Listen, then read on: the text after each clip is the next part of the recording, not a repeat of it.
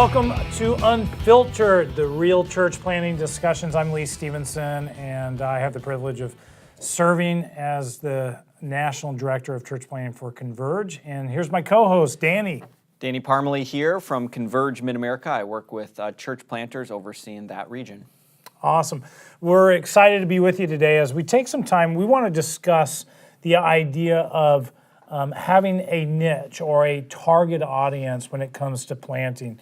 Some people would come from the background going, no, you don't need a target audience, because the reality is everybody's your audience. All those that are far from Christ is who you're going after. Other people would say, absolutely, you should have a target, and the more specific that you have a target, the better it is. So let's begin right off the bat. Let's just kind of clear the air here, Danny. What do you think when it comes to target? Should we have a target when it comes, as you talk to church planners, coach church planners, what do you think? Should a planter have a target, and if so, why? Yeah, I think targets are very important to identify, and it doesn't mean that you are exclusionary. It's just what you're trying. Of course, you want every single person who doesn't have a relationship with Christ, and as people come to Christ, you want multi-ethnic, multi-generational, multi-socioeconomic.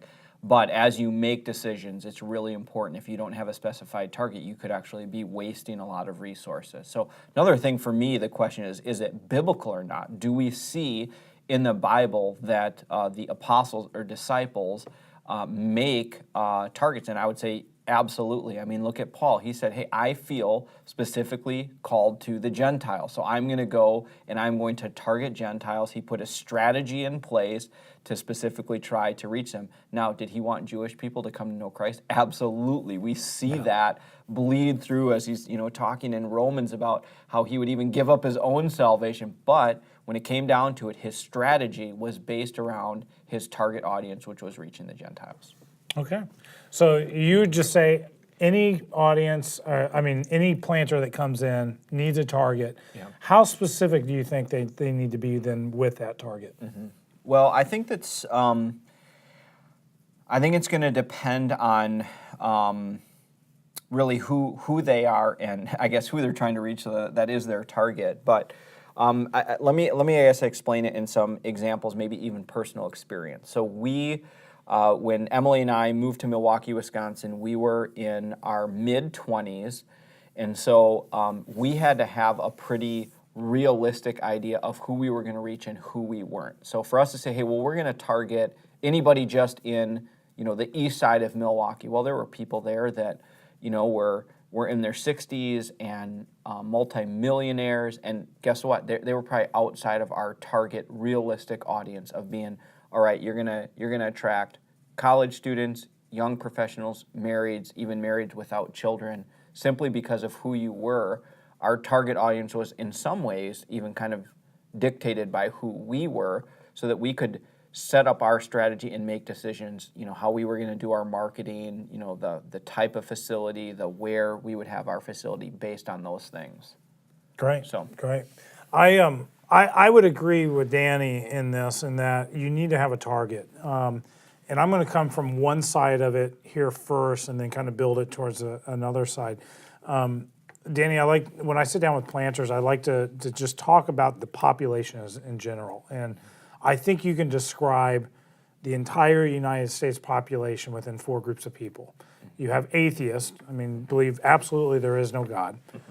You have those that I would say are truth seekers. So they're looking for an answer. They're looking for truth.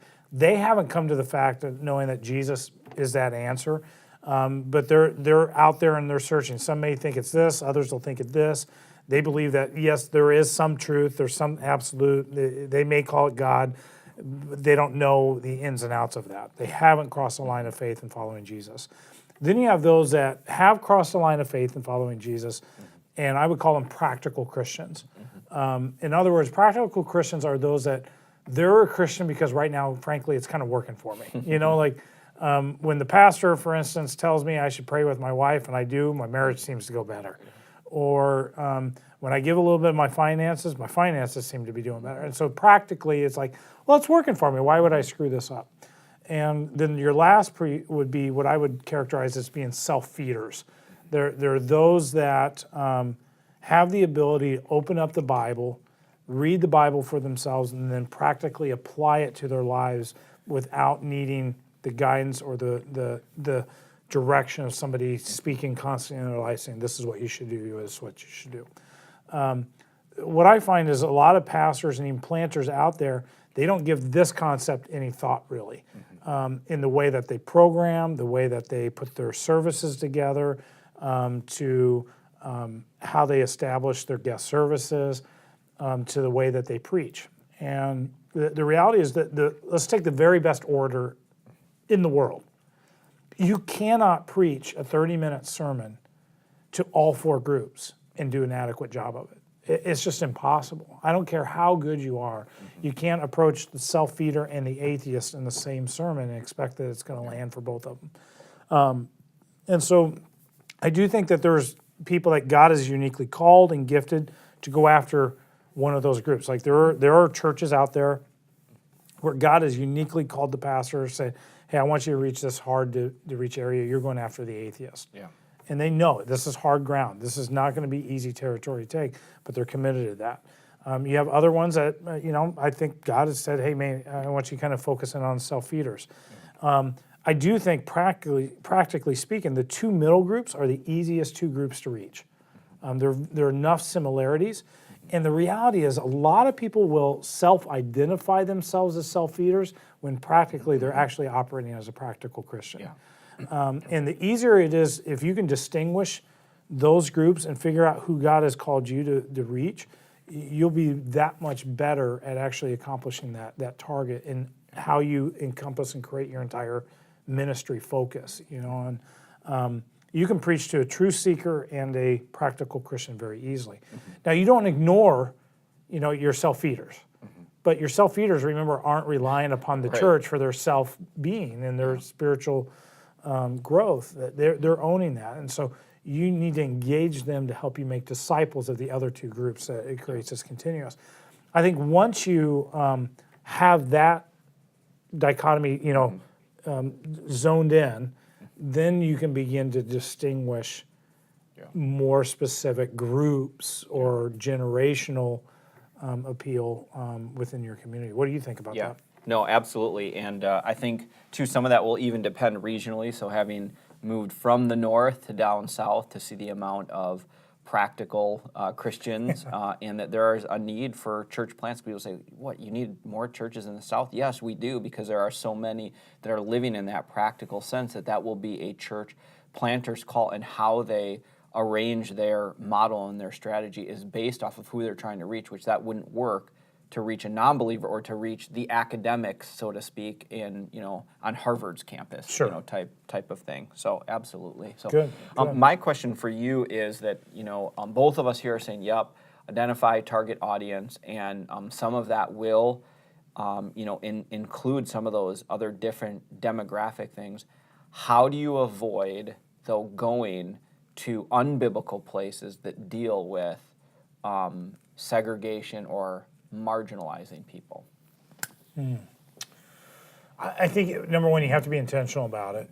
I think you have to be cognizant of the community that God has placed you in, and I would hope that your church would reflect your community.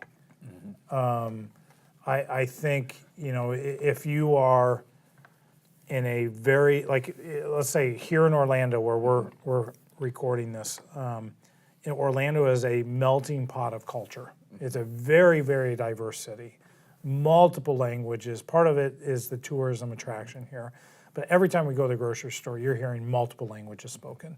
And so if you're planning a church here, you have to have a sensitivity to the culture of our city and make sure that the way that you program, even to the songs that you sing, have a greater appeal to the diversity so that you have the feel of we're a church of our city. That we're not marginalized, we're not just targeted here.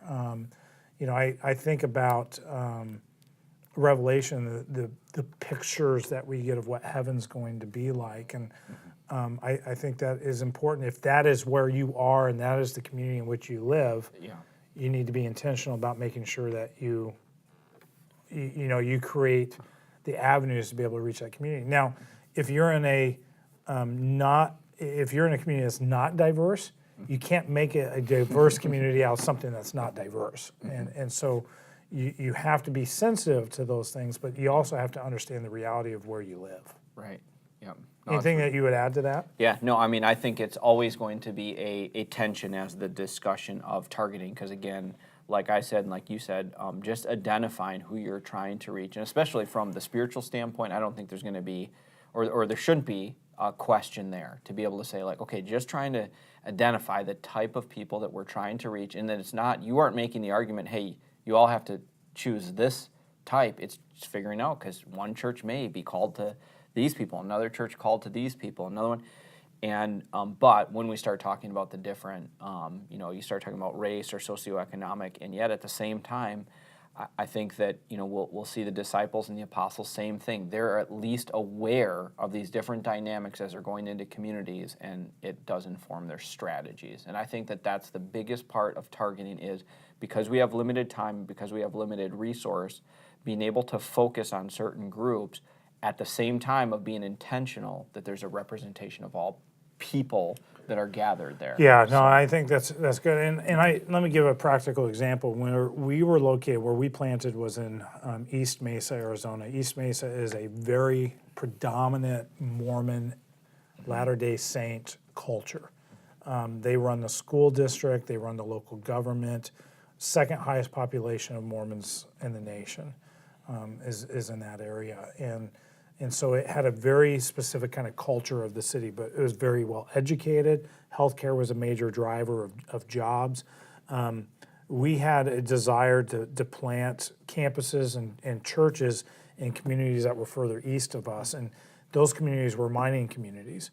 And in those mining communities, you would have communities of 10, and even the biggest mining communities of 20,000 people, and no healthy church in the entire city or town, and that broke my heart. But we knew the chances of us taking a person in our community or in our church even, and planting them or transplanting them in that community to plant a church would probably be very unsuccessful. Yeah. We need a certain type of person and a certain type of experience level that could connect with those people at that level. In other words, they had to speak the same language, because we spoke different languages, even though we're in the same state and maybe an hour apart. Right.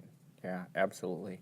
Yeah, I think let's talk a little bit about the importance of having a niche, so to speak, if we can jump there, and how that deals with target as well. As you're planting a church and you're recognizing what kind of already exists within the community as far as reaching people, and if there's how targeting can also help you to identify a group of people that maybe is slipping through the cracks.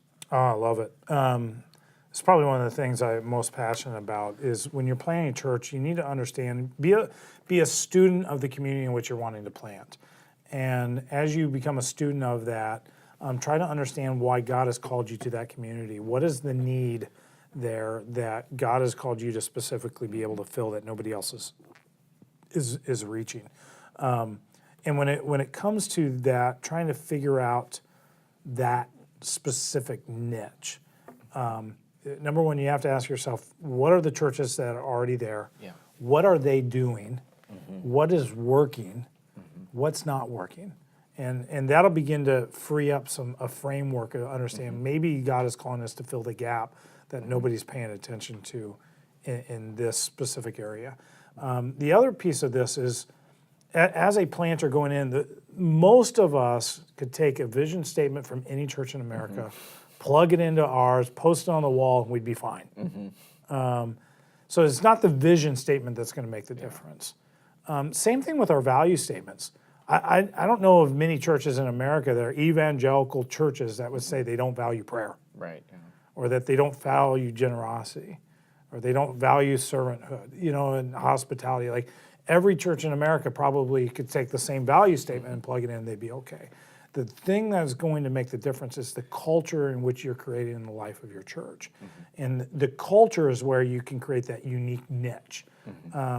You know, there are going to be a breadth of cultures of churches that are going to appeal to certain people.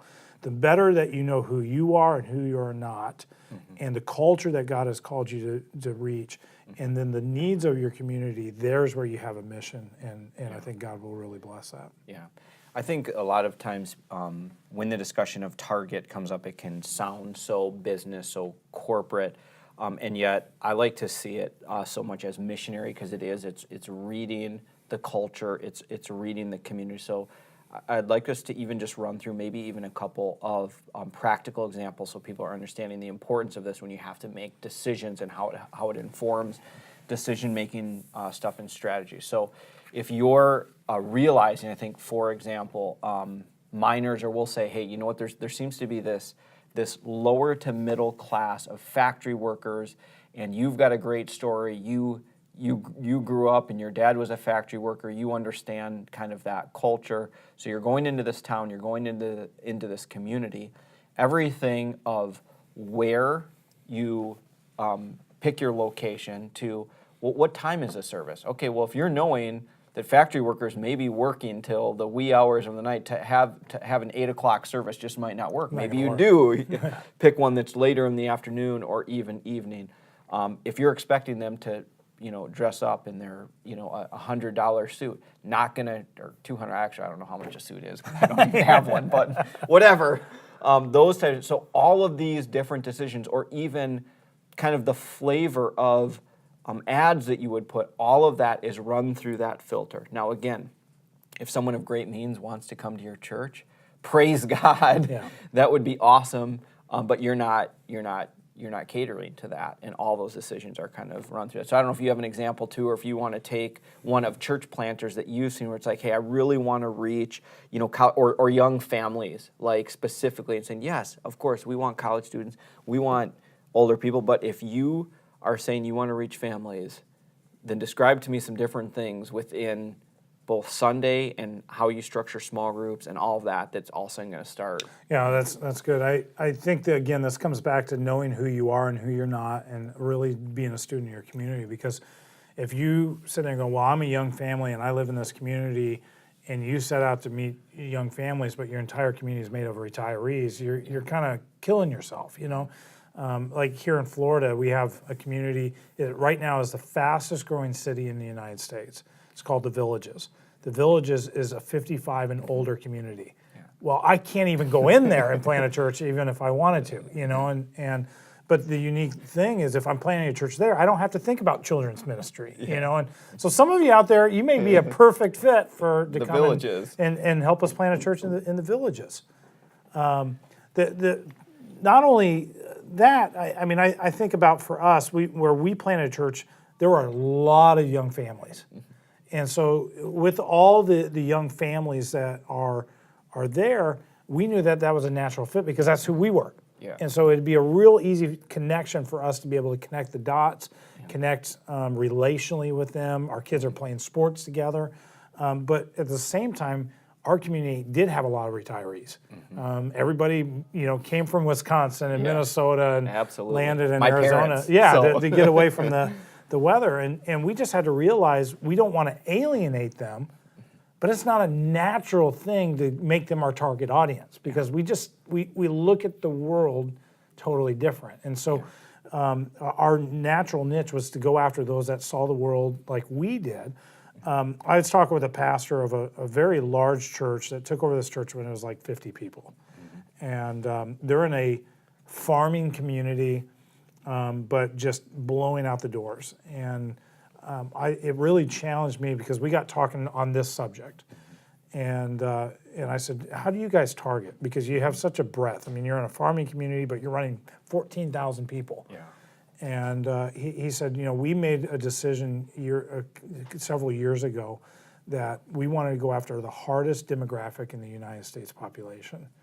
And he said the hardest demographic to reach for Christ was the 29-year-old single male. Wow. And so we now program everything we do the music we choose, the way in which we preach, all those things are oriented. Would a 29-year-old single male feel welcome here, and could he engage with what we're doing? Yeah. If not, we didn't do it. And that really was, and it showed in everything that they did. The paint schemes, the way the bathrooms were put together, the cafe. So was it the one church that had better men's bathrooms than women's It bathrooms? had very nice bathrooms, that was for sure. Yeah. But I thought, no, they understood their demographic, they understood their population, and it was working for them in their scenario. Yeah. So I'm going to share a little bit of some of the downside of targeting, or if you're not careful, what can happen. And this one comes from personal experience for us. So we set a pretty tight demographic in the sense of saying, hey, we wanted to reach college students and young professionals. And, well, we didn't say married with no kids, but that's essentially what we all were.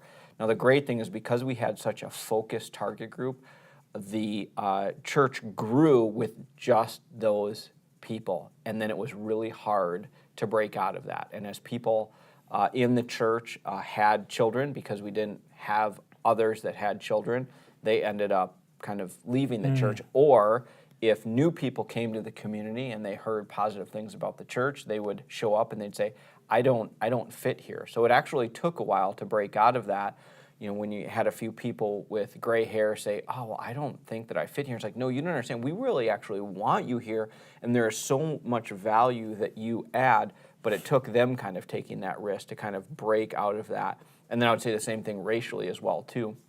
We came in with the intention of being racially diverse, but because it kind of started off with just a predominantly, white, urban type of demographic, it all of a sudden kind of like squeezed that out, and it wasn't actually until we went multi-site that we kind of ended back into a multicultural setting, and of course multi-generational at that point too. Yeah, so, that's right. Yeah, so just do you find the church naturally shifted like when you guys had kids? Yes, And absolutely. it was easier to follow the change? Yeah, and I mean, church planning 101 is good parking lots, children's ministry, and nice bathrooms. And we didn't have any of those when we started, especially the children's ministry. And I would say there's two things. One is we didn't get families and kids. So when someone had a child and didn't want to bring them to our Saturday night or Sunday night 5:30 service, we thought those people don't love Jesus as much as we do, because we didn't have kids. We had no idea. Yeah. And so I think that then once we had children, it's like, oh, now we get it. And to say, oh, just, hire a babysitter. Yeah, I really want to spend my money and leave my kids at home. It just didn't make a lot of sense. So anyways, for us, yeah, there was that shift at age 30 for us that all of a sudden it changed. And then people started having kids and babies and stuck around because we started to orient ministry around it and understood it much better. So Yeah, that's great. So coming back on this, we both would kind of agree, you need to have a niche, you need to have a target in the way that you approach reaching your community. There are plus sides, there are negative sides to that, but we believe that the bonus outweighs the negatives, really. And I would encourage you, a way in which you can begin to think through how to define your target audience is define who lives in your area. Just sit down with a piece of paper and begin to write it out. Maybe you can pull from some of the census information that may be held on the local town website, and begin to distinguish. You can look at who you are as a team and the diversity of your team. And are we connecting the dots with the diversity of our community, both from a generational diversity, but even a racial diversity? And then begin to put together a value system. What do these group of people value? And that will help you begin to whittle down and create a grid that will help you figure out how to reach that target audience that you feel God has uniquely positioned you to go after. Awesome. Well, thanks again for being with us. This has been Unfiltered, and we've taken some time to talk about the importance of targeting when it comes to going after a specific niche or audience within your community. Thanks for being with us. Until next time, keep it real.